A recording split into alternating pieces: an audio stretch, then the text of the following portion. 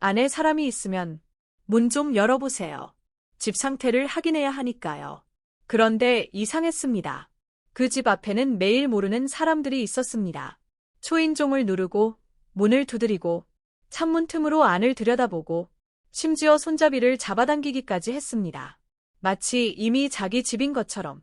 하지만 더 이상한 건 그 집 안에는 아직 전 시어머니가 살고 있었습니다. 그리고 그 집은 5년 전 제가 쫓겨났던 바로 그 집이었습니다. 그날 저는 멀리서 지켜보고 있었습니다. 사람들이 몰려들어 집값을 흥정하는 모습을.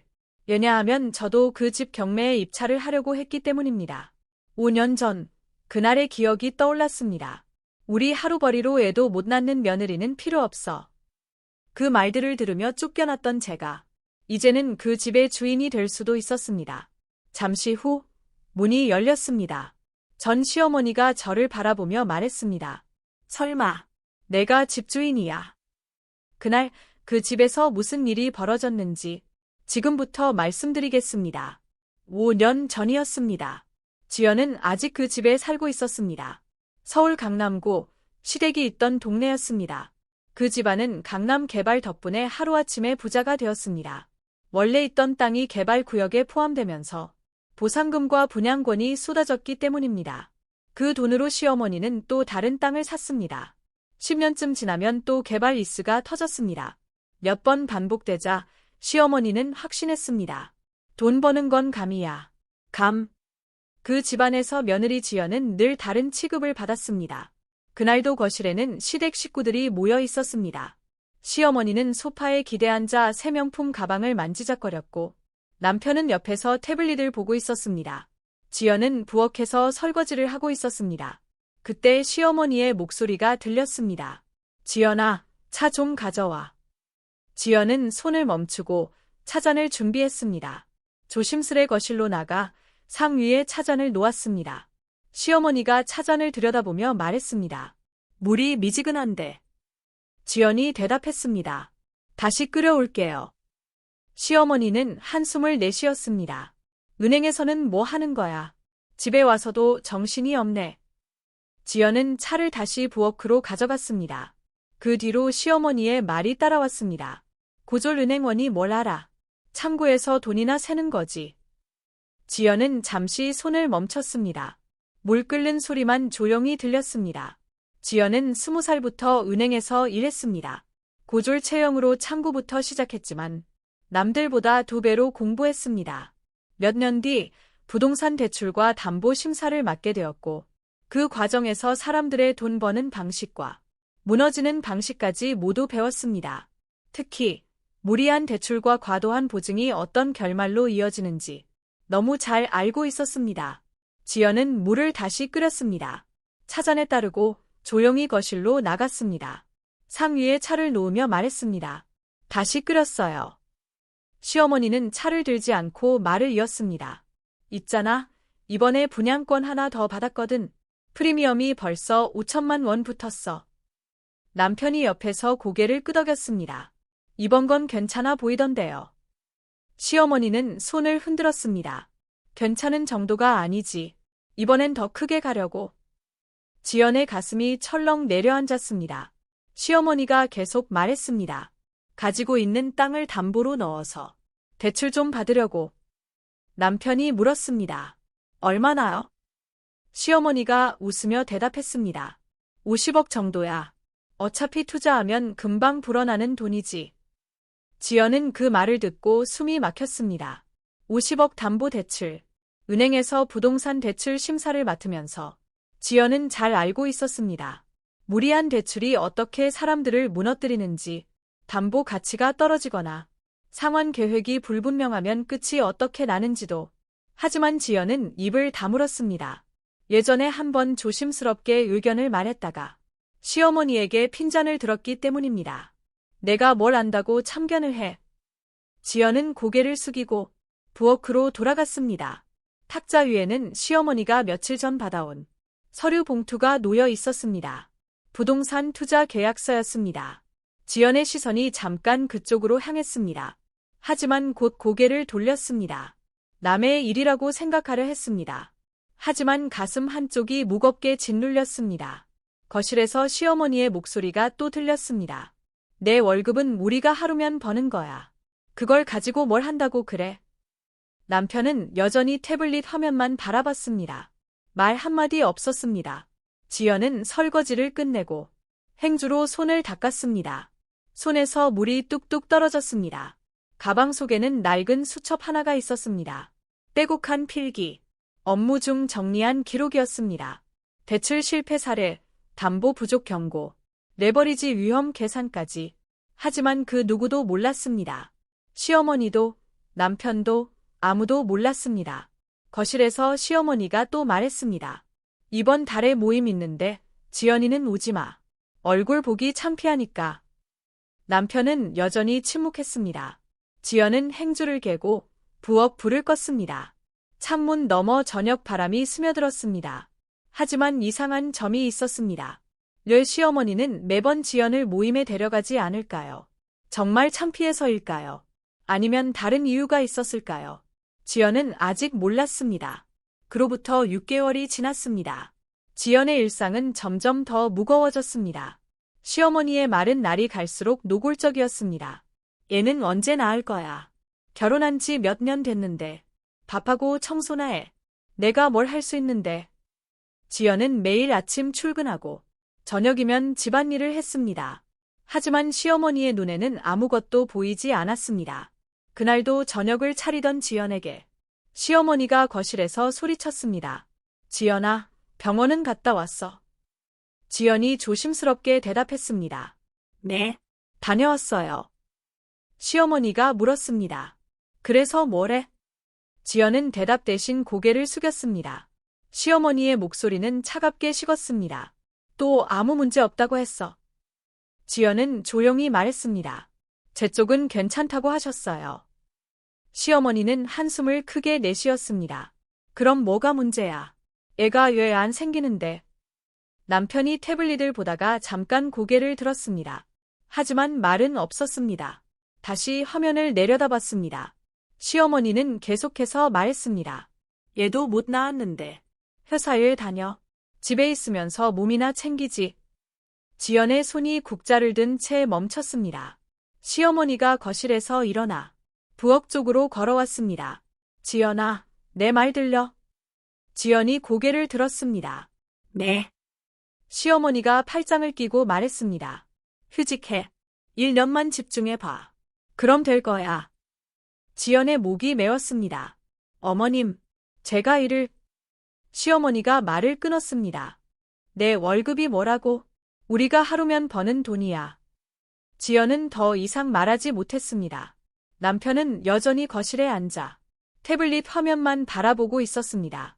그날 밤 지연은 남편에게 물었습니다. 당신은 어떻게 생각해? 남편이 잠시 망설이다 말했습니다. 엄마 말씀도 일리가 있어. 1년만 쉬어보는 게 어때? 지연의 가슴이 철렁 내려앉았습니다. 당신도 그렇게 생각해? 남편이 시선을 피했습니다. 스트레스 때문일 수도 있잖아. 좀 쉬면. 지연은 더 묻지 않았습니다. 결국 휴직을 했습니다. 1년. 그 1년 동안 지연은 집에만 있었습니다. 병원을 다니고 몸을 챙기고 시어머니가 시키는 대로 했습니다. 하지만 아이는 생기지 않았습니다. 시어머니의 말은 점점 더 날카로워졌습니다. 1년이나 쉬었는데 뭐 했어? 진짜 문제가 있는 거 아니야. 얘 하나 못 낳는 며느리는 필요 없어. 지연은 그 말들을 들으며 매일 버텼습니다. 남편은 여전히 아무 말도 하지 않았습니다. 그런데 이상한 일이 생겼습니다. 어느 날 지연이 거실 정리를 하다 탁자 위에 놓인 서류를 발견했습니다. 대출 서류였습니다. 금액이 적혀 있었습니다. 50억. 지연의 손이 떨렸습니다. 은행에서 일할 때 이런 규모의 담보 대출이 얼마나 위험한지 너무 잘 알고 있었습니다. 특히 담보 가치가 변하거나 투자가 실패하면 결과가 끔찍하다는 걸. 지연이 조심스럽게 물었습니다. 어머님, 이거. 시어머니가 서류를 확 잡아챘습니다. 내가 볼 거 아니야. 서류를 깊숙이 밀어 넣었습니다. 지연은 더 이상 말하지 못했습니다. 그날 밤, 지연은 남편에게 물었습니다. 어머님이 대출을 많이 받으신 것 같은데. 남편이 짜증 섞인 목소리로 말했습니다. 그건 엄마가 알아서 하시는 거야. 신경 쓰지 마. 지연이 다시 물었지만 남편은 말을 끊었습니다. 지연아, 내가 신경 쓸 일 아니야. 그보다 내 일이나 신경 써. 목소리는 차가웠습니다. 지연은 더 이상 묻지 않았습니다. 3개월 뒤 시어머니가 지연을 불렀습니다. 거실에는 남편도 함께 앉아 있었습니다. 지연아, 우리 이제 정리하자. 지연의 심장이 멎는 듯했습니다. 정리라니. 시어머니가 고개를 끄덕였습니다. 이혼. 너 같은 며느리는 필요 없어. 지연이 남편을 바라봤습니다. 남편은 고개를 숙이고 있었습니다. 지연이 떨리는 목소리로 물었습니다. 당신은 어떻게 생각해? 남편이 한참을 망설이다 말했습니다. 엄마 말씀이 맞는 것 같아. 그 순간 지연 안에서 뭔가가 무너졌습니다. 시어머니가 계속 말했습니다. 위자료 같은 건 기대하지 마. 내가 애를 못 낳았잖아. 지연은 아무 말도 하지 못했습니다. 그저 자리에 앉아 있었습니다. 남편은 끝까지 지연을 보지 않았습니다. 그날 지연은 집을 나왔습니다. 짐은 많지 않았습니다. 옷 몇 벌, 통장, 은행 서류 몇 장뿐이었습니다. 현관문을 나서는 순간 시어머니의 마지막 말이 들렸습니다. 나가. 다시 돌아오지 마. 지연은 골목을 천천히 걸어 나왔습니다. 그런데 이상한 일이 있었습니다. 지연은 울지 않았습니다. 그저 조용히 걸었습니다. 낡은 수첩이 옆구리에 닿았습니다. 5년 동안 정리해온 기록이 가득했습니다. 하지만 지연은 아직 몰랐습니다. 이 순간이 끝이 아니라 시작이라는 것을. 지연은 은행으로 돌아왔습니다. 이혼 서류가 정리된 지 일주일 뒤였습니다. 복귀 첫날 동료들은 조심스레 인사를 건넸습니다. 지연은 담담히 대답하고 자리에 앉았습니다. 책상 위에는 1년 동안 쌓인 서류들이 정리되어 놓여 있었습니다. 지연은 컴퓨터를 켰습니다. 업무를 시작했습니다. 부동산 대출 심사였습니다. 서류를 보는 순간 눈빛이 달라졌습니다. 예전엔 그냥 업무였지만 지금은 달랐습니다. 숫자 하나하나가 달리 보였습니다. 그날 밤 지연은 원룸으로 돌아왔습니다. 책상 앞에 앉아 결심했습니다. 다시는 감으로 사는 사람들에게 휘둘리지 않겠다. 나는 원칙으로 살겠다. 지연은 노트를 꺼냈습니다. 첫 페이지에 적었습니다. 욕심 대신 규칙, 운 대신 확률. 다음 날부터 지연은 달라졌습니다. 평일엔 은행, 주말엔 공부, 경매 공부였습니다. 도서관 책, 인터넷 강의, 법원 경매 사이트 메일 확인, 물건 정보를 노트에 정리했습니다. 시작은 작았습니다. 하지만 지연은 조급하지 않았습니다. 하나씩 배우며 차근차근 나아갔습니다. 3개월쯤 지났습니다. 지연이 담당하던 고객 중 자주 은행을 찾는 남자가 있었습니다. 40대 후반쯤 낙찰 경험도 여러 번 있었습니다. 그날도 그 고객이 찾아왔습니다. 지연이 물었습니다.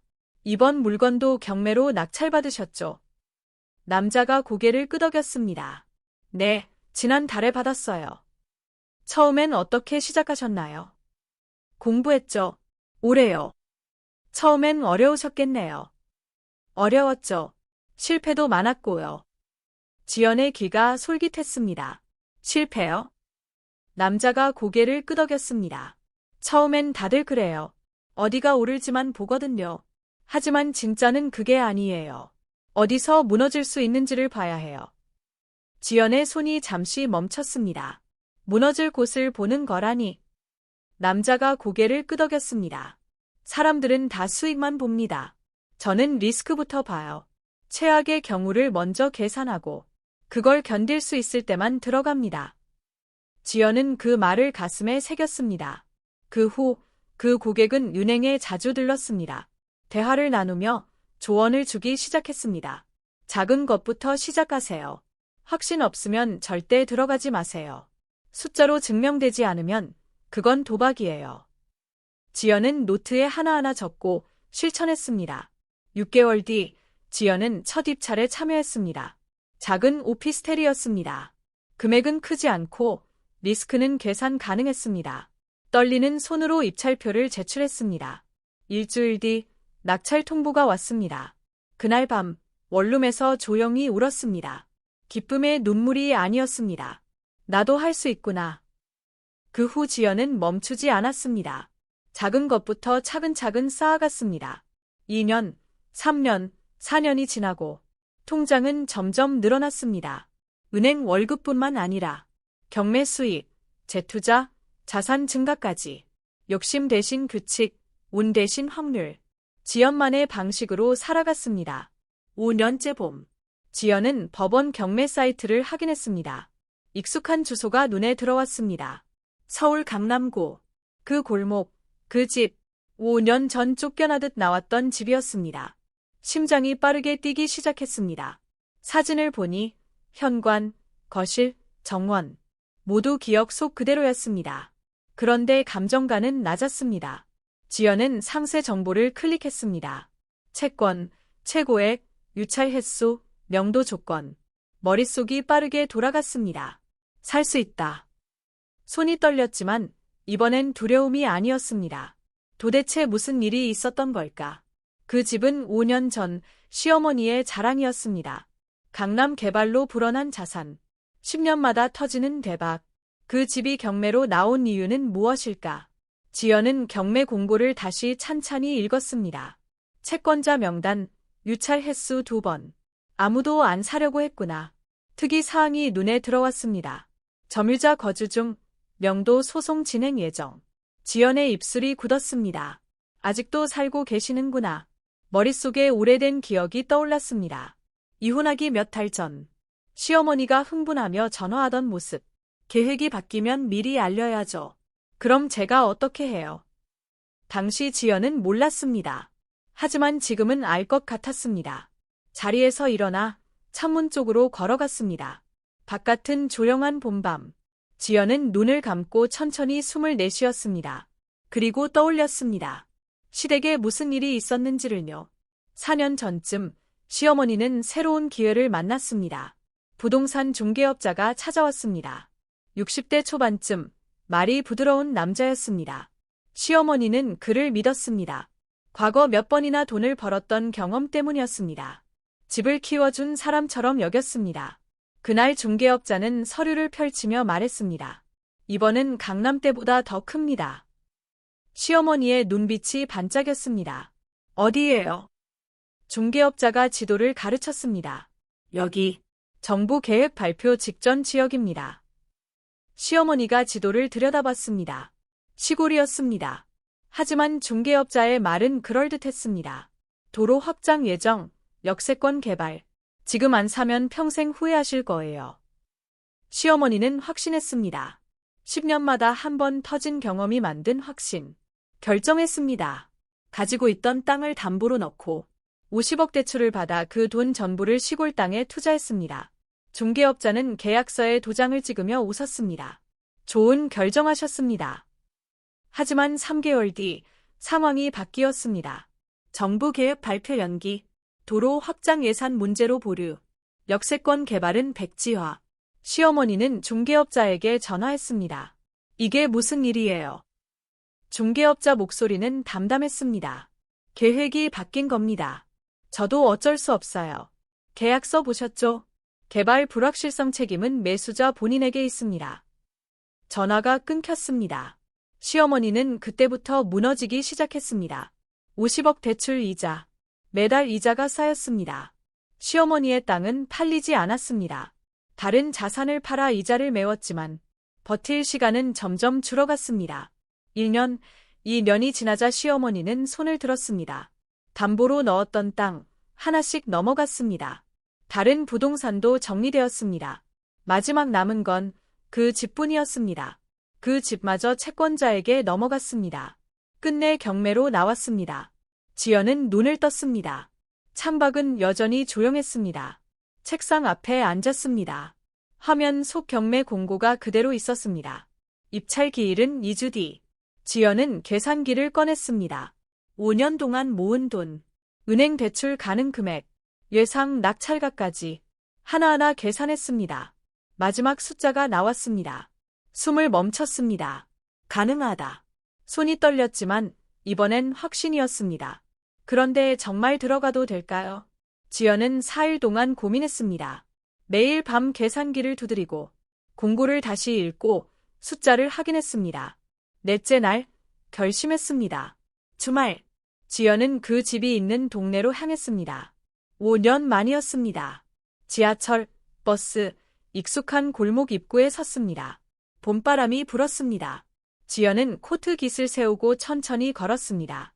골목 안쪽 그 집이 보였습니다. 5년 전 그대로였습니다. 대문, 현관, 2층 창문. 아무것도 변하지 않았습니다. 하지만 분위기는 달랐습니다. 지연은 골목 입구에 멈춰서서 멀리서 집을 바라봤습니다. 그때 한 남자가 현관 앞으로 다가왔습니다. 초인종을 눌렀습니다. 딩동, 딩동. 대답이 없었습니다. 남자는 문을 두드렸습니다. 똑똑. 반응 없자 창문으로 다가가 햇빛을 가리며 안을 들여다봤습니다. 안에 사람 있으면 문 좀 열어봐요. 집 상태 좀 봐야죠. 지연은 가방끈을 꽉 쥐었습니다. 잠시 후 또 다른 사람이 나타났습니다. 중년 부부였습니다. 여자가 남편에게 말했습니다. 위치는 괜찮은데 안을 봐야 해. 남편이 손잡이를 잡아당겼습니다. 덜컥, 덜컥. 잠겨 있었지만 마치 자기 집처럼 행동했습니다. 부부는 창문으로 안을 들여다보다 고개를 저으며 돌아갔습니다. 지연은 숨을 삼켰습니다. 5년 전 자신이 쫓겨난 집이 이제 남들이 구경하고 가격을 매기는 물건이 되어 있었습니다. 가슴 속 오래 묻어두었던 감정이 올라왔습니다. 복수, 미련이 아니었습니다. 삼킨 모욕을 돌려줄 순간이었습니다. 지연은 천천히 발걸음을 돌렸습니다. 골목을 빠져나오며 가방 속 경매 공고를 한 번 더 만졌습니다. 입찰 기일, 일주일 남았습니다. 그날 밤 원룸에 돌아와 책상 앞에 앉았습니다. 노트를 펼쳤습니다. 다시 계산했습니다. 최악의 경우부터 점검했습니다. 명도가 길어지면, 비용이 예상보다 더 들면, 시세가 떨어지면 하나하나 계산하고 대비책을 세웠습니다. 마지막 숫자가 나왔습니다. 입술을 깨물었습니다. 가능하다. 지연은 노트를 덮고 입찰 준비 서류를 챙겼습니다. 신분증, 인감증명서, 보증금 납부 확인서 모두 준비되었습니다. 남은 건 단 하나. 법원에 가서 입찰표를 제출하는 것뿐이었습니다.